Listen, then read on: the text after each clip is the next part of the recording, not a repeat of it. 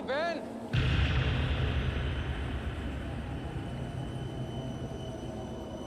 Daddy? You want a balloon, Ben? They float. They all float. Come here, son. You'll like it down there. You'll never have to grow up.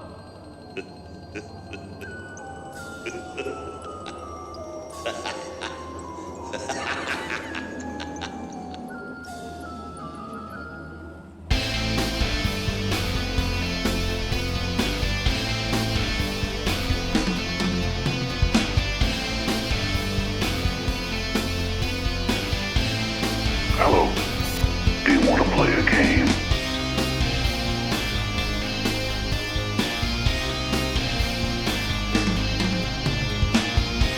Let's shoot this straight to DVD piece of shit already.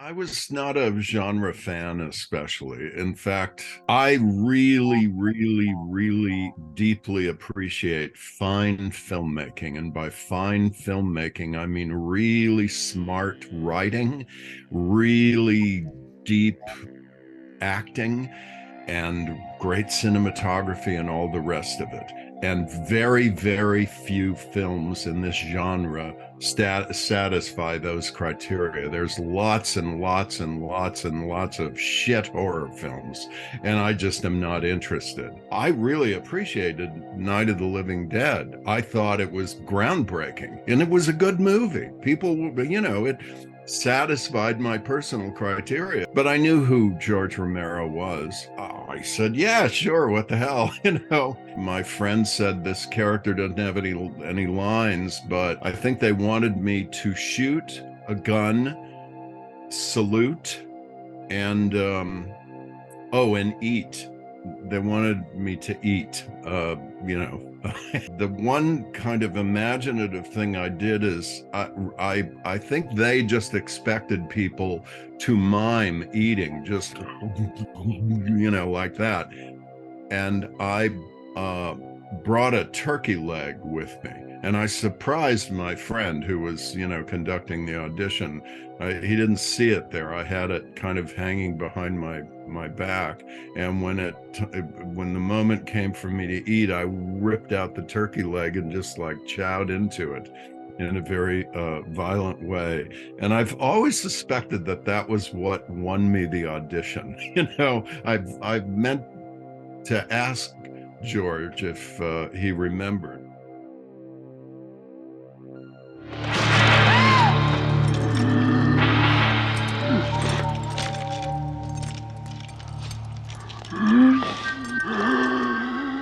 The brain is the engine, Sarah, the motor that drives them. They don't need any blood flow, don't need any of their internal organs. Now, I've severed all the vital organs in this one. There's nothing left of the corpse but brain and limbs, and still it functions. Look, Sarah, look. The core question is what would it be if this were real? What would it be in real life? And so the challenge of playing a zombie is, so all this flesh is dead, but it still works, just not very well. What does that feel like? What would that be? And trying to recreate that behavior, that was the challenge. And I did a lot of work, kind of improvisations around the house for, how to walk, how to talk, having really lousy eye-hand coordination, picking things up, but not having a very firm grip on them, trying to maintain balance, but not very well. And just all of those moving very, very slowly. Anytime an actor plays a character that behaves very, very differently from the way you do in real life, where you have to really take on a whole new set of physical characteristics, the only way to get there authentically is to do it round the clock for days on beforehand, so It becomes completely second nature. You don't have to consciously sort of manipulate how you act. You just you do it so much that you do it without thought. And that's what I did in preparation to play Bub. I walked around my house pretending I was a zombie for, a week before we shot the movie. So by the time I got on the set, I was really kind of adept at those behaviors. They were very second nature to me. I call him Bub. That's what the club fellows used to call my father. Can you imagine a surgeon called Bub? Well, nobody seemed to mind, though. He was rich. My father was rich. He used to say that I'd never be rich doing pure research. I'd never be rich. Bub's been responding so well lately, I've let him live. Well, is he alive or dead? Well, that's the question these days, isn't it? Well, let's say that I let him continue to exist. I was living in New York at the time where the audition was, and I flew out to Pittsburgh and met Tom Savini, and they did they took a dental impression so that they could make Bub's teeth, and then they did a life mask of my real face so that they could sculpt the mask that became, Bub. I've worn prosthetic pieces in a number of things that I've done through the years, but that was by far the very, very best. I mean, it was not only a beautiful sculpting. Well, first of all, it's a mask. It's a foam latex mask that covered my entire face, my neck, and the top of my chest, which was glued on with surgical adhesive.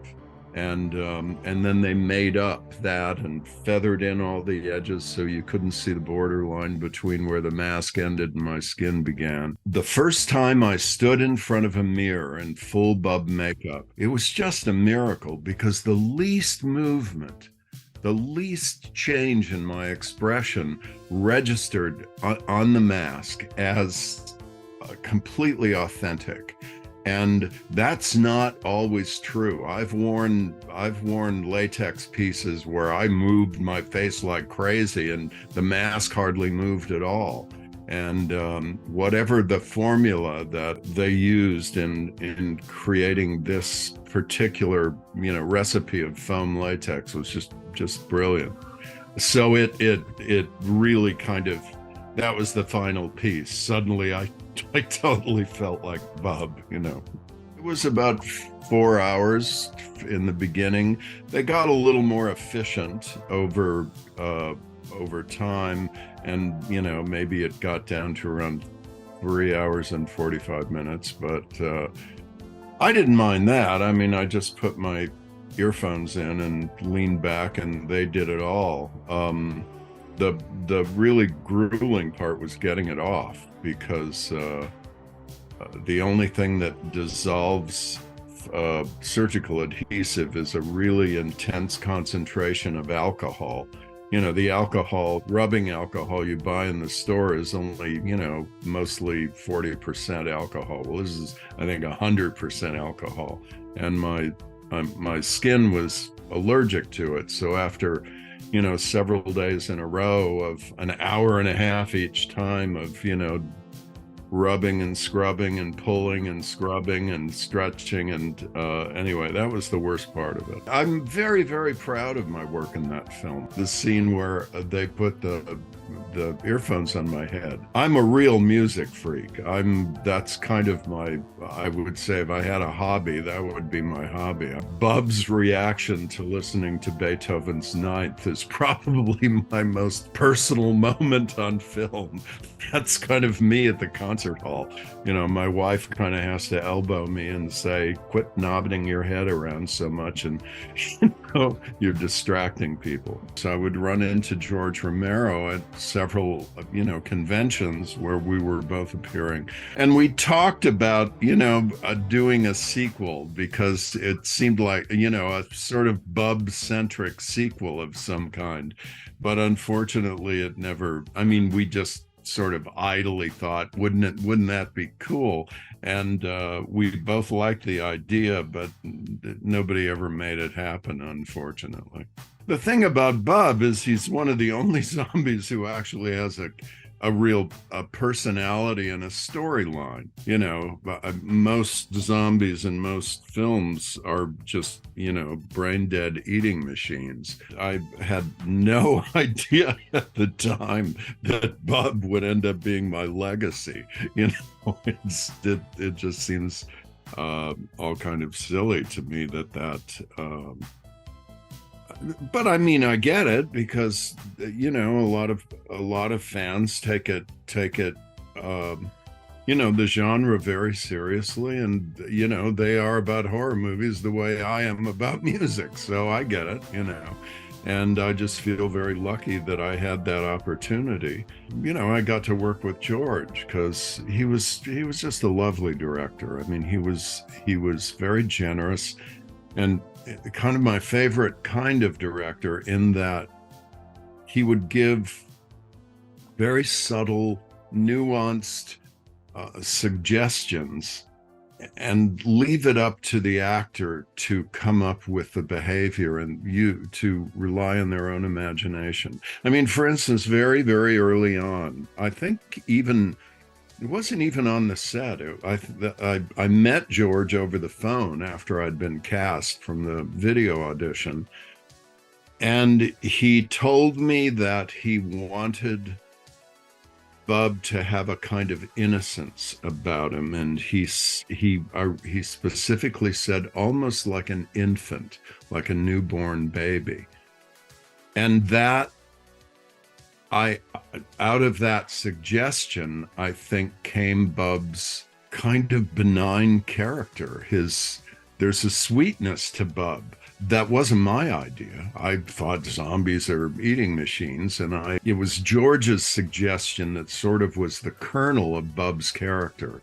As it so happened, I had a friend at the time who had whose wife had just given birth to a newborn baby, and recently had that conversation with George. And so I spent a little time just observing the baby. And I remember realizing I'd never thought of it before. But, a baby will lie there and sort of move randomly. And I remember thinking, well, this little girl doesn't even know those hands belong to her. She hasn't, all those neurological connections haven't happened yet. And so there's a kind of, sort of spastic kind of unregulated randomness to the movement that became, and again, that was a suggestion that began with George, and it really informed how I approached generating Bub's behavior.